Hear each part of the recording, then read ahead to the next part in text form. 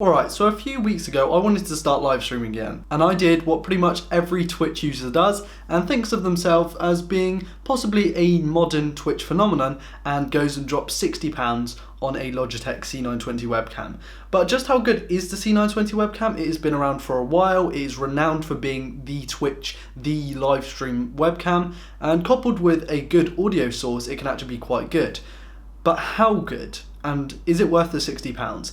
Hey guys, my name is Ryan Thomas with Failtech, and today I'm going to show you. Let's talk build quality. The build quality is rather good, with a soft touch rubbery plastic around the outside and a real heft to the device. It's not something that's going to fling off your desk or fling off your monitor anytime soon, and it's got a real weight to it, which is something I like. It's got an included cable which could be braided, but it isn't, and that's okay. But it's a similar connector as one that you'd find on a modern mouse, which is USB 2.0. It's not 3.0, and there have been some compatibility issues with 3.0, so try and keep it on the USB 2.0 plug on your motherboard or on a hub, although I'd recommend plugging directly into your motherboard for these kinds of things. The blue LEDs on either side of the actual sensor itself look pretty cool, and they only come on when it's actually being used, which is a good indication if there's like some malware on your computer that's using the webcam, because you can tell because the blue lights come on. Also, if you are in a close encounter with another human being, let's say, and you forgot to turn your live stream off, you can easily see that from afar with the blue LEDs.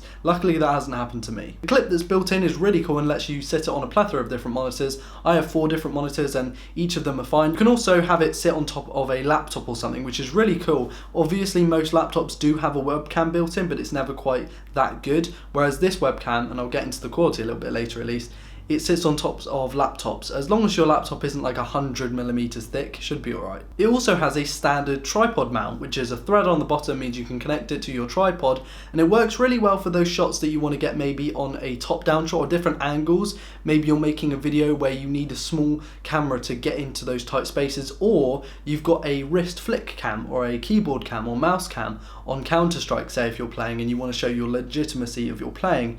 You can do that as well with a standard tripod mount, so you can connect maybe a gorilla pod. You can even put it on a slider if you like, or a jib or anything like that. Of course, it is a bit overkill for a webcam, but it gives you that option. The stereo mic that's built into this device is nice to have, although I would recommend that you swap it out for something like an Audio-Technica AT2020 like I have, or a Samsung C01U or a Blue Snowball or something like that, because it's going to give you a much better audio quality.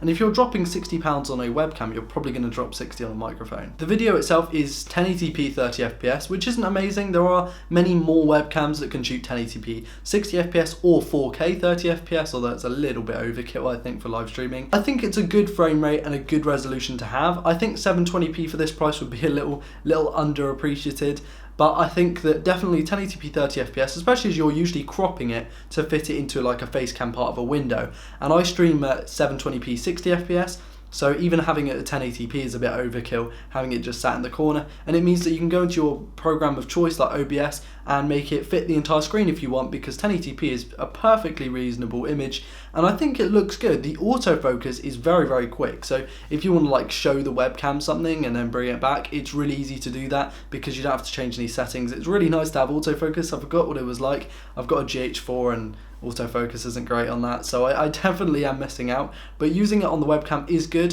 and I feel like it adjusts really well to different lighting conditions. Okay, it's nothing perfect, but it's a £60 webcam, and I expected a lot less from this, I'll be honest with you. I think it's definitely very good for the money in terms of your picture quality and video quality. The Logitech webcam software has not changed for years, ever since I had, I believe it's the C270 or something, a 720p webcam, years ago, 5-6 years ago.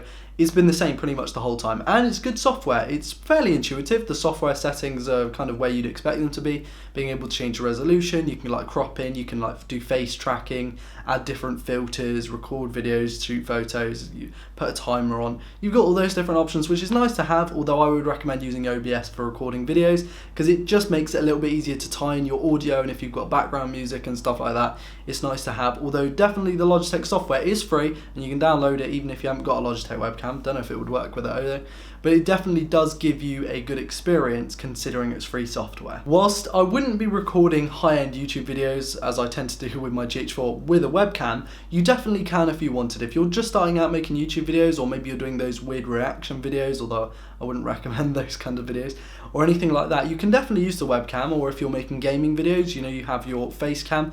It's definitely good enough for that. In fact, I would say it's good enough for like some light vlogging here and there, especially if you're good with your editing and your audio, because you can really push a video with editing and audio, let me tell you.